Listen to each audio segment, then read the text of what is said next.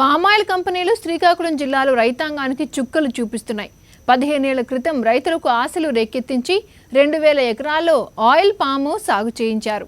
ఇప్పుడు ఆ చెట్లు కాపుకు వచ్చి దిగుబడి ఇస్తున్న సమయంలో ధర విషయంలో మాయమాటలు చెప్తున్నాయి.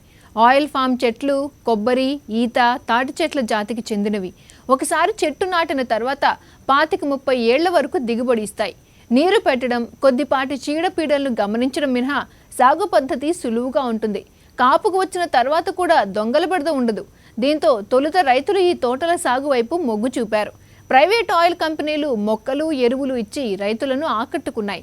అప్పట్లో తోటలు వేసిన రైతులు ఇప్పుడు నష్టాలను చవిచూస్తున్నారు. ఆయిల్ ధర ఎంత పెరుగుతున్నా కంపెనీలు మాత్రం రైతులకు ఆ మేరకు చెల్లింపులు చేయడం లేదు. దిగుబడి బాగా ఉన్న సమయంలో టన్ను 5,500 రూపాయలకు తగ్గించేస్తున్నారు. దిగుబడి లేని సమయంలో 8,000 రూపాయలు అని చెప్పి ఊరించి ఆశలు కల్పిస్తున్నారు.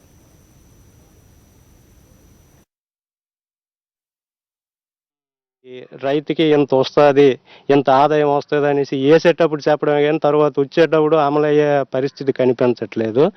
కానీ ప్రతి రైతు అంటే ఇక్కడ మా ఊరు ఉన్న రైతులు కాదు, ఆంధ్రప్రదేశ్లో మొత్తం రైతులు పామాయిల్ రైతులు అంటే చిన్నచూపు చూస్తున్నారు. ఇప్పుడు గత 2 నెలలతో చూసుకుంటే 8,500 రేటు ఉండేది. ఇప్పుడు ప్రజెంట్ 5,300, 400 పడిపోయింది. కానీ ఈ 5,400, 300 పడిపోయినోడు కూడా నూనె రేటు 100, 110 అయ్యేది. కానీ ఈ రైతు పండించిన పంట డౌన్ అయినోడు ఆయిల్ రేట్లు ఎందుకు తగ్గించరు? అయితే మాకు వర్షాధారం పరిస్థితి కాబట్టి మాకు కాలువేరే ఏం కాదు సార్.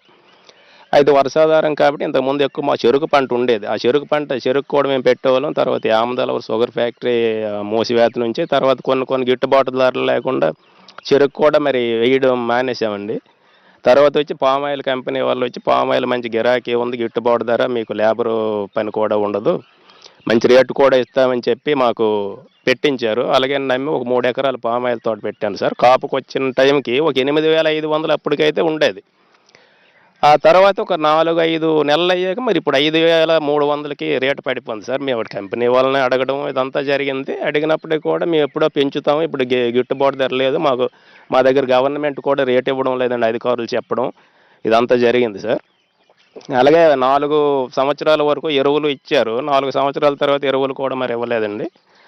ఆ తర్వాత వచ్చి ఎరువులు కూడా ఇవ్వలేదు కదా, గిట్టుబాటు ధర కూడా మాకు లేకుండా చేశారండి. తర్వాత ఇప్పుడు వచ్చి మాకు ట్రాన్స్పోర్ట్ ఛార్జీలు కూడా మాకు రావడం లేదు, అదపాకని లేకపోతే. కరవు జిల్లా అనంతపురంలో రైతులు తెలివిగా వ్యవహరిస్తున్నారు. గత కొన్ని సంవత్సరాలుగా వేరుశనగ వేస్తూ వస్తున్న రైతులు ఇక దాంతో లాభం లేదనుకుని నీటి ఎద్దడిని తట్టుకునే కంది రకాలను సాగు చేస్తూ లాభాలను పొందుతున్నారు.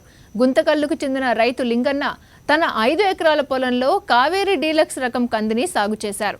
తక్కువ పెట్టుబడితో అంటే 5 ఎకరాలకు గాను 50,000 రూపాయల పెట్టుబడి పెట్టారు. ఇప్పుడు తక్కువలో తక్కువ 5 లక్షల రూపాయల ఆదాయం వచ్చేలా ఉందని రైతులు చెప్తున్నారు. రెగ్యులర్గా వేసే పంటలతో లాభం లేనప్పుడు వెంటనే వాటిని పక్కన పెట్టేసి కొత్త పంటల్ని వేసి లబ్ధి పొందే ప్రయత్నం చేయాలని రైతులు చెప్తున్నారు. మేము ప్రతి సంవత్సరము వేరుశనగ వేసేవాళ్ళము. వేరుశనగ వేసి ఈ మధ్యకాలంలో ఒక 7-8 సంవత్సరాల నుండి వర్షాలు సరిగ్గా రాక వేరుశనగకు సరిగ్గా పంట దిగుబడి రాక వచ్చిన రేటు సరిగ్గా లేక కొద్దిగా పంటలు సరిగ్గా లేని కారణం వలన నేను ఈ సంవత్సరము కంది సాగు చేసినాను. 5 ఎకరాలకి వచ్చేసి ఎకరాకి 4 ప్యాకెట్ల ప్రకారము 20 కేజీలు వేసినాము. కొద్దిగా ఇప్పుడు ఈ పంట వర్షాలు తక్కువ వచ్చినా కానీ ఈసారి ఈ మాత్రం ఈ దిగుబడి వచ్చినది. అదే ఇంకా మంచి వర్షాలు వచ్చింటే ఇంకా మంచి దిగుబడి వచ్చిండేది. దానికి తోడు ఏమంటే ఇప్పుడు ప్రస్తుతానికి కందిబేడలు రేటు బాగా ఉన్నది. ఈ రేటు ఇట్లే ఉంటే గిన మనకు మంచి గిట్టుబాటు ధర వస్తుంది. అందుకోసం నేను ఈ కందిని ఎంచుకోవడం జరిగింది. రైతులకి ఏమంటే ఇప్పుడున్న కాలానుగుణంగా ఏమైపోయిందంటే ఈ వాతావరణంలో చాలా మార్పులు వచ్చినాయి. సరిగ్గా టయానికి వర్షాలు రావడం లేదు. ఈ చెనక్కాయ పంట అనంతపురం జిల్లాలో ఎస్పెషల్ అయితే చెనక్కాయ పంట ఇప్పుడు 8 years అయింది నియర్లీ చెనక్కాయ పంట సరిగ్గా రావడం లేదు. దాంతోడు రేటు కానీ లేదు. నా సలహా ఏమంటే రైతులు తక్కువ పెట్టుబడితో ఎక్కువ దిగుబడి వస్తుందన్న ఉద్దేశంతో నేను ఈ కావేరీ సంపత్ డిలక్స్ అనే ఈ విత్తనాల్ని వేసి అధిక దిగుబడి వచ్చింది ఈ సంవత్సరము. ఇంకా సాగుబడి కార్యక్రమంపై మీ అభిప్రాయాలు సూచనలు పంపండి. అంతేకాదు మీ సందేహాలను కూడా పంపండి. వాటికి నిపుణుల చేత పరిష్కారాలు ఇప్పించి టీవీలో ప్రసారం చేస్తాం. మా address Sagubadi Sakshi TV, Sakshi towers, 6-3-249/1 road number 1, Banjara Hills, Hyderabad 5,34,000. మా ఈమెయిల్ sagubadi sakshi tv@gmail.com.